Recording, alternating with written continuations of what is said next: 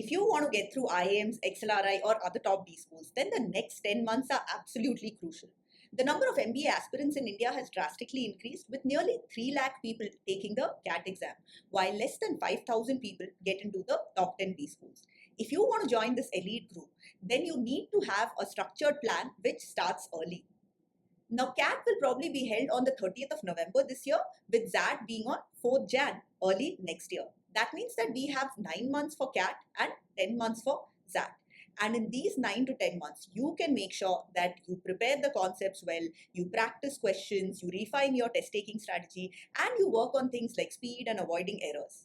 Starting early gives you a huge edge over other CAT aspirants who will typically prepare between 3 to 6 months. And it also helps you to counter the inevitable roadblocks that we might have. You could have college exams, or maybe work is hectic, or you could just have something unexpected which threatens to derail your prep.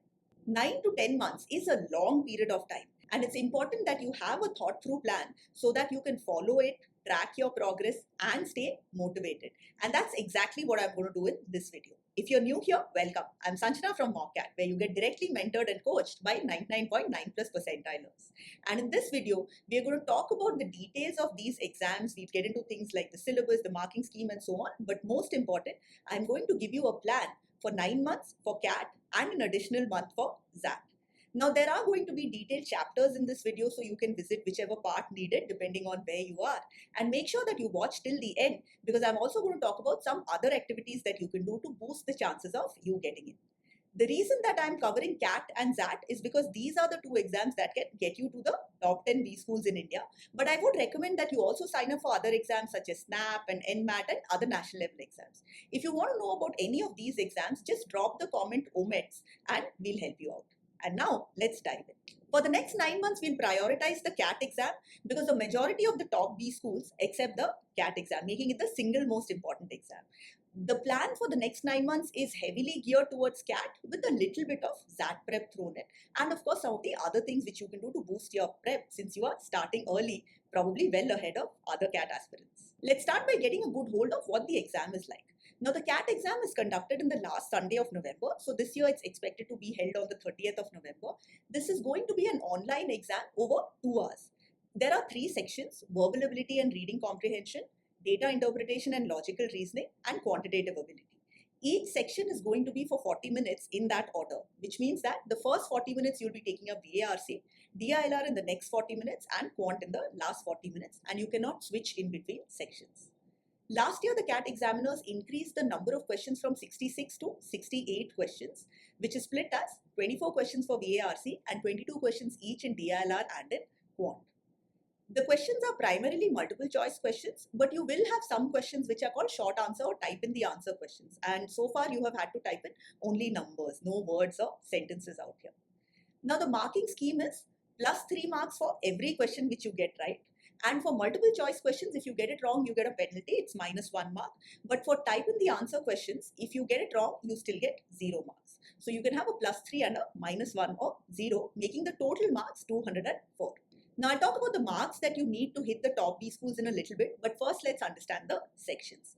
Now, the VARC section has 16 reading comprehension questions. This is structured as 4 RCs with 4 questions each, easily making RCs the most important topic in the entire CAT exam, as I never fail to state. Needless to say, with 16 questions, which is 48 marks, this segment becomes extremely important for you to get not just a high score in verbal, but also in the overall CAT exam. A typical CAT RC will be around 500 words. They will usually be taken from overseas sources, websites, and books, and they will be across a wide variety of genres. The questions are all multiple choice questions, split between direct questions and inferential questions. A good amount of preparation, including understanding the techniques, doing the daily reading and POV that's available at MockCat, and solving a lot of RCs is what is going to help you to boost your score out here. And now, coming to the remaining VA questions, we are going to have 8 VA questions where we'll have summary questions, sentence insertion, jumbled paragraphs, and odd one out. Now, last year we didn't have jumbled paragraph questions, but I feel it's important to prepare because over the last decade, we've had jumbled paragraph questions every year. And the CAT examiners are known to sort of switch it up a little bit. Odd one out, for example, was not there in CAT 2022, but it came back in 23. So it's important to prepare for all of these topics. The skill set that we need for the RC and the summary questions are similar. In fact, if you are doing the daily reading and the author's POV from MOCAT, then that skill set alone will help you a lot in summary, because you're taking a long article and finding the author's viewpoint or the essence. Here you've got to find the essence of the paragraph. Now in my lesson, of course, there are a lot more techniques that I have gone into, but this itself will go a long way to help you solve these 18 or 19 questions. The other three topics, sentence insertion, odd one out, and jumbled paragraphs, in that increasing order of difficulty, use slightly different skills. Here also you need to understand what the author is speaking about, but it's more important to be able to connect sentences and find sequences. And a lot of this is by using logic. So things such as, cause and effect, parallelism, there are a bunch of techniques that go into solving these three question types. And now coming on to DILR. Now DILR, as the name suggests, is split between data interpretation and logical reasoning.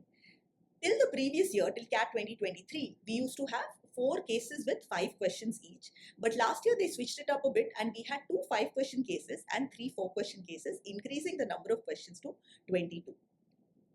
The unique structure that DILR has, where you have only cases and no singlet questions, makes it a little bit tricky, which we'll talk about a little more when we speak about mocks and test-taking strategy. Now, in terms of topics, you have data interpretation. This is something where we generally see at least one easy case. If you're somebody where you feel that maths is not your strong suit and you simply want to avoid such cases, my advice would be don't. Usually the easy case will be the DI case, even if it is disguised to not seem easy, because you will have a lot of information that's given to you and you need to sort of reason it or interpret the data to come up with, maybe you'll have an incomplete table that you're filling in, or maybe you have some data and you need to make a different structure and figure it out. So make sure that you practice that. But you will get more cases from the logical reasoning part. Now there are multiple topics again in the logical reasoning part, but what's required most in this is to practice, and we'll come to that when we talk about the plan. And now coming to the last topic, which is quant. Now you either might be really excited about quant if you've been good at maths, or you might be nervous about this in case if you aren't, or you're coming from a non-math background and you haven't practiced any of this for long. The important thing to remember in either case is that the CAT exam is going to have questions which are different from what we've had in school. These will be more conceptual or logical. There's of course no concept of step marking. You have to simply solve the question quickly and choose the answer. And you're going to have a calculator. So there aren't going to be too many calculations. The other thing is, you're not going to have super difficult topics. This is going to be things all of us have studied in high school. So you'll have arithmetic, algebra, geometry, modern maths, and numbers. Now all of these are things which you definitely have studied, so it will be easier to brush up and get back, even though quant is the part where we have the longest number of chapters. The other thing which comes into the quant section is that you have to try to maximize your score, which means that test-taking strategy becomes essential. Again, something that I'll talk about when we get into the prep plan and we talk about mocks. Before we get into the plan, let's get an idea of what are the marks that you need to hit to get the top B scores. Now this is what 99 percentile has looked like over the last 3 years. You can see there's a variation, and the reason that happens is if an exam is harder, if 1 year the CAT exam is harder, then the marks needed to be in that top 1% and get that 99 percentile are going to be lower because everyone has scored lower. And if the exam is easier, as you saw last year, the marks required could go up. This means that you've got to be flexible. You can't have a rigid plan saying I'm going to score around this much. But targeting around 50% of marks and say about 60 or a little bit more of questions is something which really helps. Now, depending on your profile, you might need a little more or a little less to get the top calls. If you want to understand more about some specific college, or you want to get an idea of, what is it that the IIMs or other B schools look at aside from the CAT score, then I'm also going to have another video where I'll talk about the exact shortlisting and the selection criteria. So make sure that you are subscribed to this channel and watch out for that video. And now let's talk about the plan for the next 9 months. Now, when it comes to the CAT exam, there are 3 things which are really required. Concept-led preparation, practice to make sure that you're able to apply the concepts, you're doing it fast, and you're doing it in a way which minimizes errors and silly mistakes, and test-taking strategy by way of mocks and sectionals. When it comes to preparation, the first 3 months, that is March, April, and May, will be heavily focused on preparation.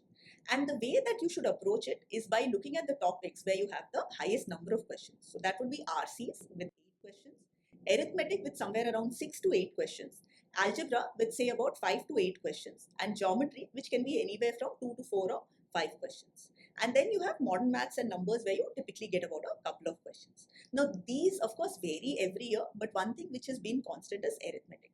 Having said that, it's important to prepare all of the topics. For instance, take algebra. Now in CAT 2022 and 23, the quant section was algebra heavy, and anybody who had a good grasp of arithmetic and algebra could get to a 99 percentile or higher. But in CAT 24, what they did was they reduced the number of algebra questions, they increased arithmetic a little bit, and they brought in more geometry questions. This way, the paper sort of became more well-rounded and also easy, because arithmetic is something that most of us are comfortable with. So things like these can happen, and of course, you will have easy, medium, and hard questions, which means that you definitely should prepare all of these areas so that you can tackle all of the easy questions. And given that you're starting early, you definitely have more than enough time to do so. So now coming to the prep plan itself. In March, what I would recommend is start with the topics which have the highest number of questions, and that is RC and arithmetic. Now, this is about 10 chapters that you have to do. So effectively, you are prepping about two topics every week. In April, you can take up the topics which have the next highest set of questions, and that is going to be algebra and logical reasoning topics.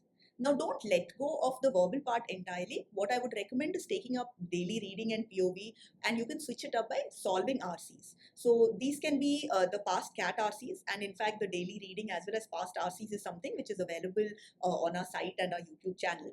And you can also solve practice questions. So at MOCAT, for example, we have practice questions, we have daily quizzes, we have the score booster questions, and live classes where again you do a lot of live solving.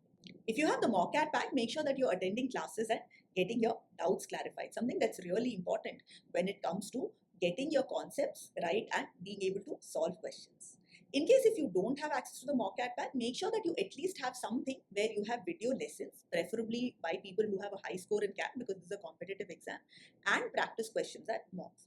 These would be the important part. And now coming on to June. Now in June, what you can take up is geometry, the DI lessons, and summary.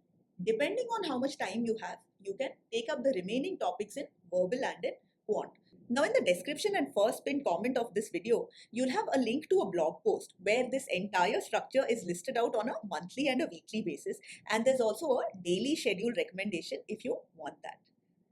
At the same time, remember that this is just guidance. In case if your work or college is hectic, it might take you a little longer, or it might take you less time if you have more time on your hands, or you've taken CAT, or you just have a good base and you need to build upon what you already know. Just use this to figure out the lessons that you should start with. And along with these, make sure that you are taking mocks as well.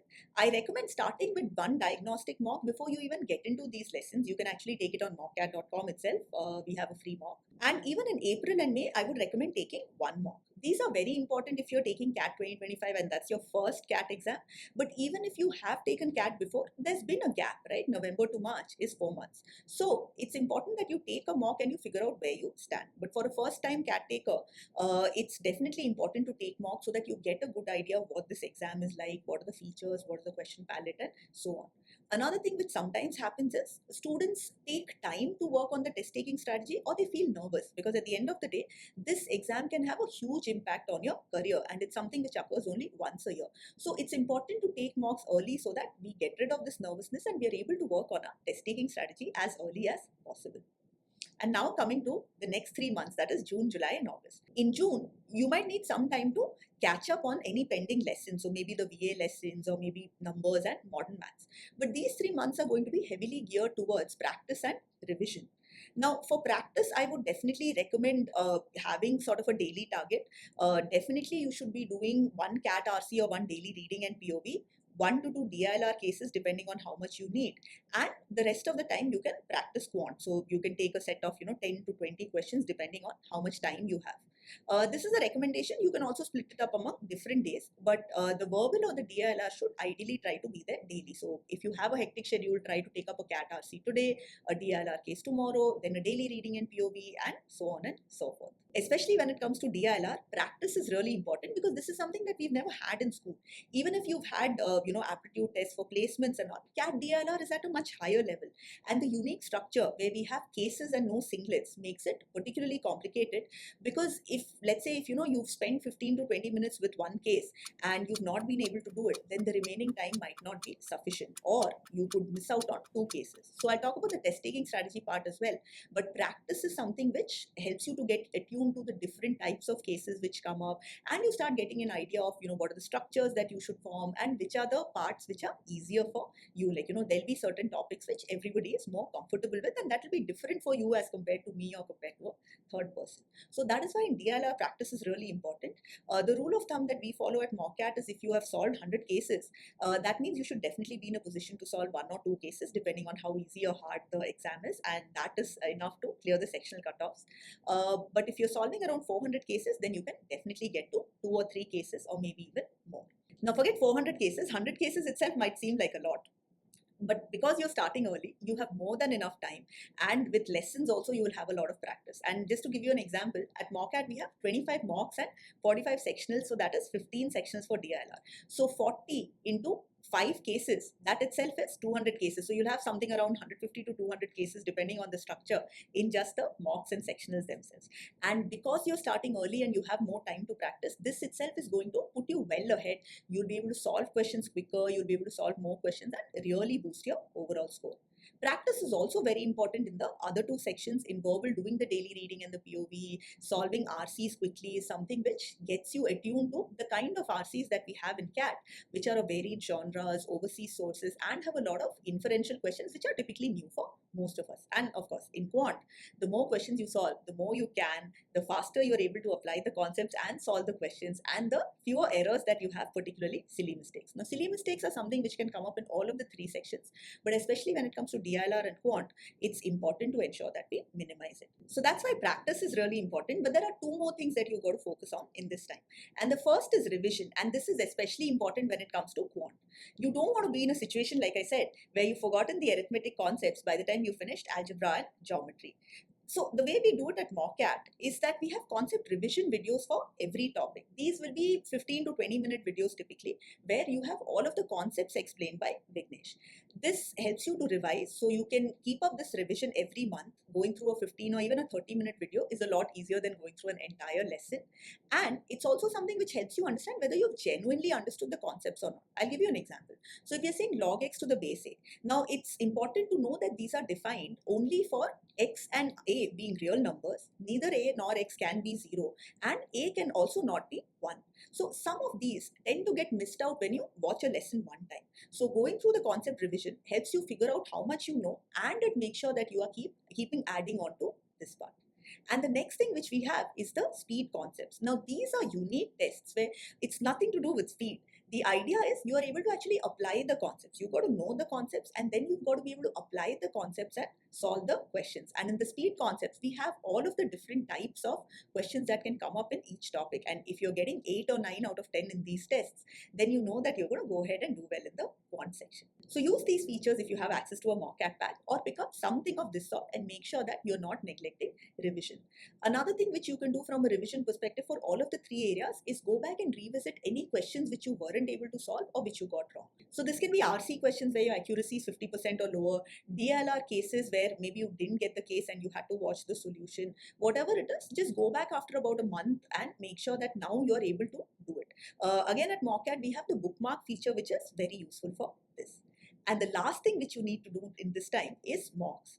Now, in phase 1, we were solving 1 mock every month. Now we are going to up it to 2 mocks each month. Analyzing the mocks is really important. That's something which I'll talk about when we come to phase 3. But what you can definitely do now is to make sure that whatever topics you're not great at, you go back and you revise. You can also use this to figure out what are the mistakes that you're making. These could be mistakes based on concept errors, silly mistakes or calculation errors, or these could be strategic errors like not having the discipline to leave a tough DIR case, or not getting all the easy questions in quant. So you can start working on this as well. But that's something which we will heavily go to in the next phase. Now at this time, because we are focusing more on practice, if you have additional time, I would definitely recommend taking up the usage and grammar lessons. That's vocabulary, grammar, fill in the blanks, even things like analogies. These are things which don't come up in CAT, they come up in XAT, but they also come up in the other exams. And these are easy chapters. Again, majority of it is things that you have studied in school. So these are quick kills. The other thing which you can do at this point is start reading the news, and you can use the Mockat Daily News, where we have 5 curated news articles for every day. This, of course, gives you an advantage for ZAT GK, but it gives you an even bigger advantage for CAT for the VAT and the personal interview, because typically current affairs is something which gets asked. And now coming to phase 3, that's September, October, and November. And this is a time when we are getting heavily into mocks and sectionals. Here, the focus is going to be more on the test taking strategy with maybe a little bit of revision or preparation. I would recommend taking one mock every week and spending at least 2 hours analyzing it. So, how do you analyze it? Now, I do have a detailed video for you, which I will link up here and put it in the description and pin comment as well. But in short, what you need to do is make sure that you're trying out all of the unattempted questions and then really get into the analysis. Maybe there was an RC which you took up in the mock where you needed about 15 minutes, but later when you're solving, the RC which you left took you only 12 minutes. So this would have been a better choice. You can also figure out what are the common mistakes which you are making. Are you not going back to the passage? Similarly, are you missing out DILR clues? So things like these. It'll give you an idea of what are your strong points, so that when it comes to mocks or sectionals, you are making sure that you are trying out those type of questions first. It'll also help you to understand if you are making strategic errors. So when it comes to quant, for example, you can get the 100 percentile without getting full marks, and 99 percentile is typically going to be anywhere from 8 to 12 questions depending on the difficulty level, which means that we are targeting around half of the questions. The best way to do this is to go for the easy and the medium questions, and the 688 strategy that Vignesh recommends is a great one for this. If you're already at the 10 or 10 plus question mark, then you can probably do something like 2 passes. By this I mean you could solve all of the easy or medium questions while reading them across all the 22 questions, but mark any questions which might take a little longer or which might take you a little bit of time to figure out later. Leave questions where you're not sure how to do that, and then when you are coming back and solving only the mark for review questions. Other things which you've got to work on include making sure that you have the discipline to leave a DILR case if you spend about 10-12 minutes and things are going slowly or not working out. If it seems to be working out and things are just slower, you could still continue up to a maximum of, I would say, 20 minutes. But if you're getting stuck, you're having to go back, revisit the question multiple times, then definitely this is something which you can leave and you can go to the next question. This is a common thing which people struggle with, because the thought process is, oh, I've spent 10 minutes, so how can I leave that? But you're not realizing that you're going to be wasting the next 10 minutes, and then you might not have enough to solve a question, or maybe you miss out on 2 cases which you could have done. Now, I've also spoken about what are the different types of easy DILR cases in my mock analysis video, so make sure to check that out before you are taking mocks. And when it comes to verbal, you can figure out what is your strategy. Do you want to start with the VA questions or maybe some of the VA questions, and then you have a higher momentum and you go for the RCs? How are you choosing the RCs? You can also get into what are the common errors that you're making, what are some easy things which you're missing out, and things like these. So your mock analysis becomes very important. Take the mock, analyze it, figure out what you're going to do over the next week. This could be in terms of revision, solving questions to make sure that you are improving your speed, and also focusing on eliminating silly mistakes or other calculation errors. And this would also include taking sectionals to refine your test taking strategy wherever needed. At this time, I would also recommend focusing a little bit more on the logical reasoning aspect. This could include the verbal reasoning questions that you have in ZAT, such as inference, as well as the verbal reasoning question types that you have in exams like SNAP and NMAT. And you can also solve some singlet LR questions which come up in SNAP and NMAT. If you have extra time, these will be good not just for these exams, but also for CAT, because if you're solving inference questions, for example, that is going to help you in RCs. And LR is something which helps in both verbal and DILR anyway. So I always see that, when students are focusing more on the logical reasoning aspect of verbal, it helps them in DILR and vice versa. So this is the schedule that you can follow for the CAT exam. Make sure that you check out the blog post so that you have this schedule available to you. And you can also check out the MockCAT resources in case you don't have a pack. So let's move on to ZAT. Now you're going to have about 5 weeks this year to prepare for ZAT. So let's start by understanding the pattern and what you've got to do in this time. Now the ZAT exam is a 3-hour long paper. You'll have around 76 questions in the main 3 sections. That's verbal ability and logical reasoning, decision making, and quant and DI. So in BA and LR, typically we've had 26 questions, 22 in decision making, and 28 in the quant DI section. Now we do have GK as well, but GK is not part of your ZAT percentile. So I'll talk about that in a little bit. But coming to these questions, you're going to have multiple choice questions only with 5 options. At least that's what the structure has been like for the last few years. And for every correct question, you will get +1 mark, and for every incorrect question, you'll get -0.25. This is a little less than what you have in CAT, but appropriate because we have 5 options. A unique thing which has been there in the XAT exam is if you leave more than 8 questions unattempted, then there is a penalty from the ninth question onwards, which is a minus zero point 0.1. But since they are giving us 3 hours, if you have prepared well, you definitely should be able to avoid this penalty. Now, one more difference that we have in XAT as compared to CAT is we don't have sectional timers. We definitely have sectional cutoffs, but you can move around the entire paper, not the GK part, but these 76 questions. And this gives us a huge advantage because you could choose to spend more time with your strong suit so that you are boosting your overall score, or maybe you want to spend a little bit more time with a weaker section so that you're able to solve more questions, or if there's a section where you feel that somehow you've just not done enough, you can go back to that section. Now I'll go more in depth into the strategies that you should follow for the XAT exam in a video closer to the exam coming up, so make sure that you're subscribed. I'll talk about how I've scored 99.98 and what are some strategies which you can follow depending on your strengths.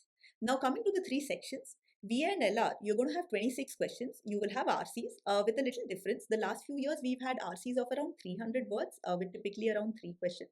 And you'll also have something called inference, which is like a shortened version of an RC. You'll have one paragraph or maximum of 2 paragraphs and 1 to 2 questions from here. Needless to say, as the name suggests, these will be inferential questions. It's also sometimes called critical reasoning.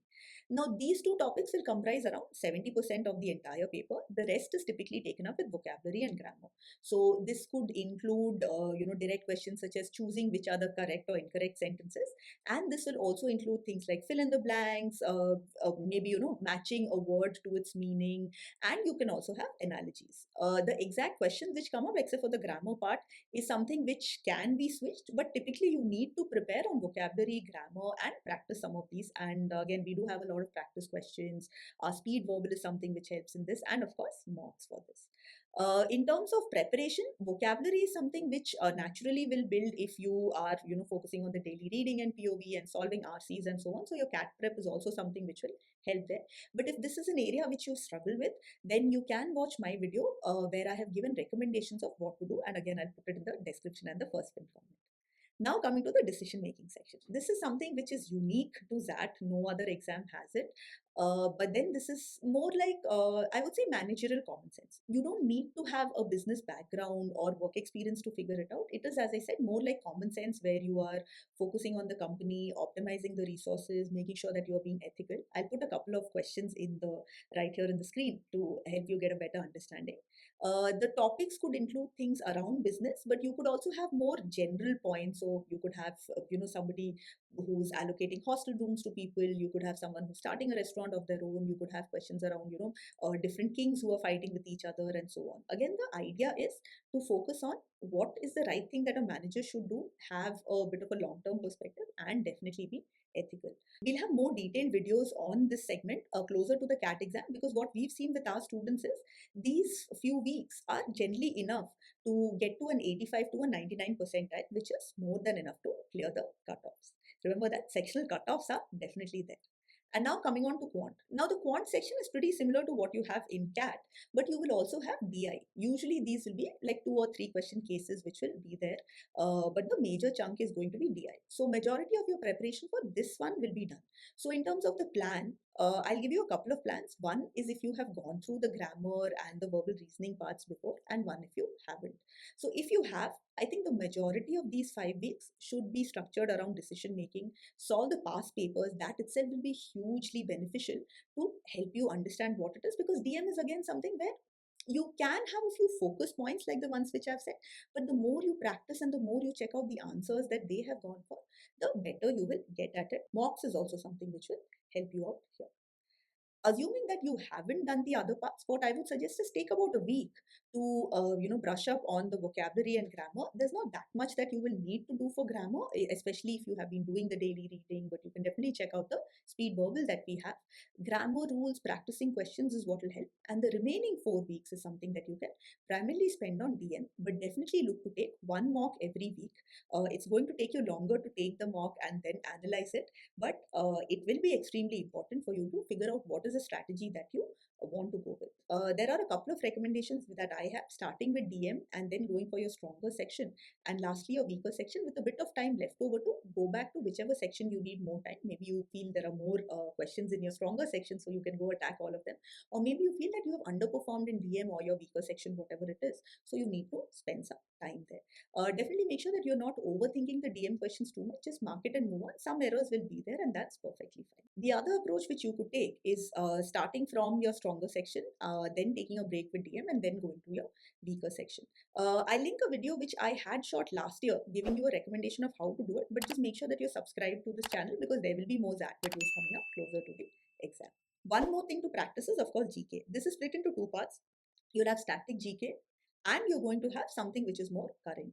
There are a lot of resources when it comes to preparing these, but if you've gone through the MOCAT news, that itself is something which will help you with a lot of these. Remember that GK will not have negative marking, so it is important to solve all of the questions, at least, maybe even if you're left with like 5 or 6 questions, either which you don't know or you've run out of time, just make sure that, you mark something, everything is B, everything is C or whatever, right? So that, something will at least be right. And that's it for the ZAT exam. And now let's talk about what you can do to boost your profile. Now, I have a detailed video that's coming up day after tomorrow. So definitely watch out for that, especially if you feel that you don't have a lot of talking points when it comes to profile.